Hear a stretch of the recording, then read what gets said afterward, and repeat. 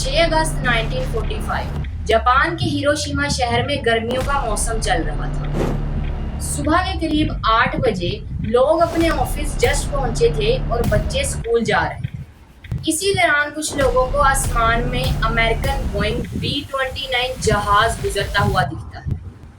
ठीक 8:15 पर इस जहाज से कुछ नीचे गिरता है।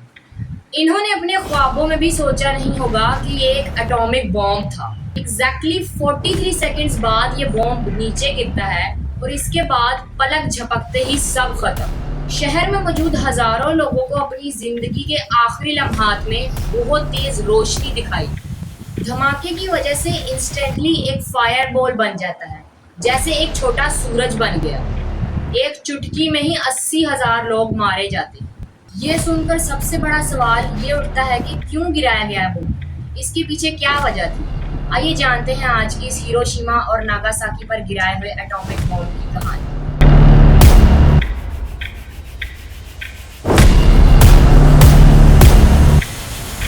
Spawned by the genius of man, a new age is born.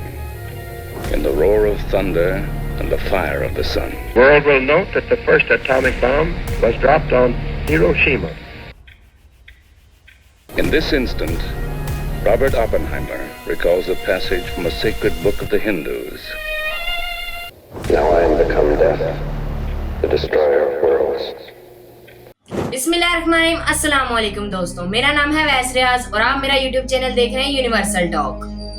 दोस्तों, हमारी इस कहानी की शुरुआत होती है 1941 में, जब अमेरिका ने चाइना को बचाने के लिए अपना सब कुछ दांव पे लगा दिया था।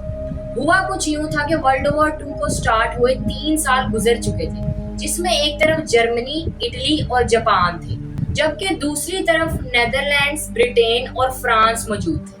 इस जंग में अमेरिका का कोई पार्ट नहीं था, क्योंकि वर्ल्ड वॉर 1 में हुए नुकसान की वजह से वो खुद को इस जंग से दूर रखना चाहता था। पर एक मुल्क था जो अमेरिका को मुसलसल सताए जा रहा था, और वो था जापान। जापान के पास नेचुरल रिसोर्सेज कम होने की वजह से वो अपने इर्द गिर्द के मुल्कों पर तेजी से कब्जा कर रहा था, ताकि वो अपने नेचुरल रिसोर्सेज की डिमांड को पूरा कर सके। पैसिफिक ओशन में ही जापान के करीब फिलीपींस, मलेशिया और इंडोनेशिया पर भी इसकी नजर थी। पर मसला ये था कि मलेशिया ब्रिटिश कॉलोनी थी, इंडोनेशिया नेदरलैंड्स की और फिलीपींस न्यूट्रल रहने वाले अमेरिका की कॉलोनी थी। जापान की ये हरकतें देखकर अमेरिका ने इसे ऑयल देना बंद कर दिया। जापान के पास खुद का ऑयल नहीं था, बल्कि वो अपनी डिमांड का 80% ऑयल भी अमेरिका से ही इंपोर्ट कराता था। जापान ने अंदर ही अंदर प्लान बनाया कि वो ऑयल के लिए इंडोनेशिया पर हमला करेगा, लेकिन ये काम इतना आसान नहीं था। जैसा कि हम लोग जान चुके हैं कि इंडोनेशिया इस वक्त नेदरलैंड्स की कॉलोनी थी और वहां तक पहुंचने के लिए जरूरी था कि पहले फिलीपींस पर कब्जा किया जाए, जो कि अमेरिका की कॉलोनी थी। जापान को अच्छी तरह मालूम था कि अगर इसने फिलीपींस पर हमला किया तो इसकी जवाबी कार्रवाई पैसिफिक ओशन में ही मौजूद अमेरिकन बेस पर्ल हार्बर से की जाएगी। लेकिन क्योंकि अब जापान के पास ऑयल रिजर्व्स बहुत तेजी से खत्म होते जा रहे थे, तो इसके पास हमला करने के अलावा और कोई ऑप्शन नहीं बचा था। फिलीपींस पे नहीं, बल्कि पर्ल हार्बर पर। जी हाँ, जापानीज मिलिट्री लीडर ने ये फैसला किया कि वो अमेरिका की पर्ल हार्बर बेस पर एक सरप्राइज अटैक करके पूरी बेस को तबाह कर देगा, ताकि इसके बाद जापान आसानी से फिलीपींस पर कब्जा कर सके। जापान अब चुपके से पर्ल हार्बर पर अटैक करने की तैयारी में लग चुका था। दूसरी तरफ अगर पर्ल हार्बर पर खड़े अमेरिकन फोर्स का अंदाजा लगाया जाए, तो अमेरिका के पास जापान का हमला नाकाम बनाने के लिए काफी फोर्स मौजूद थी। लेकिन इसके लिए जरूरी था कि इनको पहले से इस हमले की इंफॉर्मेशन मिल जाए। लेकिन जापान ने इस हमले को हर तरह से सीक्रेट रखा था। जापान से निकलने वाली फोर्स तकरीबन 8,000 किलोमीटर का सफर तय करके अब पर्ल हार्बर से तकरीबन 300 किलोमीटर दूर थी।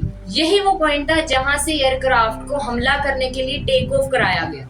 7 दिसंबर 1941 की सुबह 7:57 पर 350 जापानीज एयरक्राफ्ट ने पर्ल हार्बर पर हमला कर दिया। जापानीज एयरक्राफ्ट के पहले ग्रुप ने गोलों की बारिश कर दी। 45 मिनट्स तक ये पर्ल हार्बर पर हमला करते रहे और फिर वापस चले गए। 10 मिनट बाद बॉम्बर एयरक्राफ्ट का दूसरा ग्रुप आया और इसने बची कुची नेवल बेस को भी बॉम्ब गिरा गिरा कर तबाह कर दिया। जमीन को आग और आसमान को काले धुएं ने छुपा दिया था। 1 घंटा 15 मिनट हमला करने के बाद जापानीज एयरक्राफ्ट वापस चले गए, लेकिन वो अमेरिका को भी वर्ल्ड वॉर 2 में धकेल चुके थे। अमेरिका ने पर्ल हार्बर पर हमले के अगले ही दिन जापान के खिलाफ खुली जंग का ऐलान कर दिया। 4 महीनों बाद अमेरिका ने जापान पर बिल्कुल ऐसा ही हमला किया जैसा इन्होंने पर्ल हार्बर पर किया था। जी हां, अप्रैल 1942 को अमेरिका ने जापान के कैपिटल टोक्यो पर बम्बों की बरसात कर दी। लेकिन इसके बाद भी अमेरिका ने बस नहीं की। अगले 4 सालों तक अमेरिका और जापान की शदीद लड़ाई चलती है, जिसमें अमेरिका का पलड़ा भारी था। जापान अब बहुत कमजोर हो चुका था, पर किसी भी सूरत सरेंडर करने को तैयार न था। आखिरकार अगस्त 1945 में अमेरिका ने जापान के खिलाफ अपना आखिरी कार्ड इस्तेमाल कर ही डाला। 6 अगस्त 1945 बोइंग B-29 जहाज हिरोशिमा शहर के ऊपर से गुजरता है। इस जहाज में रखा है एक एटम बम जिसका नाम था लिटिल बॉम्ब। 8:15 पर यह बॉम्ब हिरोशिमा शहर पर गिराया जाता है और अमेरिका दुनिया की हिस्ट्री का पहला और इकलौता मुल्क बन जाता है न्यूक्लियर वेपन्स को यूज करने वाला। एटम बम गिरने के बाद इतनी तेज रोशनी चमकती है कि बहुत से लोग कुछ देर के लिए अंधे हो जाते हैं।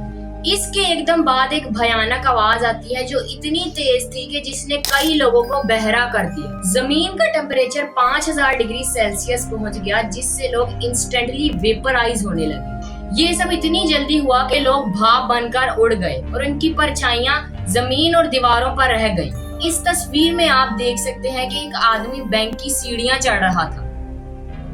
उसी वक्त एटम बम गिरता है और वो भाप बनकर उड़ जाता है, लेकिन उसका साया सीढ़ियों पर रह जाता है। जो लोग इंस्टेंटली नहीं मारे गए वो ये समझ ही नहीं पाए कि आखिर यहाँ हुआ क्या है। इससे पहले वो कुछ समझने की कोशिश करते, टेम्परेचर चेंज की वजह से तेज हवाएं चलने लगी।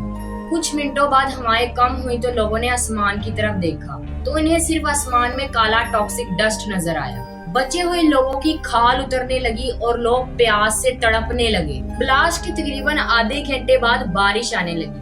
प्यासे लोगों को लगा कि ये एक अच्छी खबर है, लेकिन जो टॉक्सिक डस्ट हवा में थी वो मॉइस्चर के साथ मिलकर क्लाउड जनरेट्स कर रही थी। और ये कोई आम बारिश नहीं थी। बारिश का एक एक कतरा काले रंग का था और आसमान से ग्रीस टपक रहा। 70% बिल्डिंग्स हिरोशिमा में कंप्लीटली खत्म हो चुकी थी। इतनी बड़ी तबाही की वजह से हिरोशिमा के 90% लोग मर चुके थे और जो लोग बाकी बच गए थे उन्हें अस्पताल लेके जाया गया, लेकिन वो भी रेडिएशन की वजह से ज्यादा देर सरवाइव नहीं कर पाए। जापानीज मिलिट्री लीडर्स के पैरों तले जमीन खिसक गई। अभी वो कुछ समझते कि 3 दिन बाद 9 अगस्त को अमेरिका ने जापान के शहर नागासाकी पर भी एटॉमिक बम गिरा दिया। ये मार्क 3 बॉम्ब था जिसका नाम फैट मैन रखा गया। 4670 किलो वजनी बॉम्ब ने गिरते ही पूरे शहर को सिफाय हस्ती से मिटा दिया। ये वो 2 न्यूक्लियर बॉम्ब थे जो इंसानों पर इस्तेमाल होने वाले पहले और आखिरी बॉम्ब थे। एक अंदाजे के मुताबिक हिरोशिमा और नागासाकी के हमले में 2,60,000 से ज्यादा लोग मारे गए। इस हमले के अगले ही हफ्ते जापान ने अमेरिका के सामने सरेंडर कर दिया। इसी के साथ साथ वर्ल्ड वॉर 2 भी अपने इख्तिताम को पहुंची। अगर आज के दौर में न्यूक्लियर वॉर होती है तो न्यूक्लियर एक्सपर्ट और जर्नलिस्ट एनी जैक्सन का कहना है कि 52 मिनट्स में 5 अरब लोगों की जानें जा सकती है। दुनिया का खतरनाक तरीन न्यूक्लियर बॉम्ब आज रूस के पास है, जिसका नाम है इसार बॉम्ब। ये बॉम्ब हिरोशिमा पर गिराए हुए बॉम्ब से 3300 गुना ज्यादा ताकतवर है। ये बम 1000 किलोमीटर के दायरे में हर चीज को राख में बदल सकता है।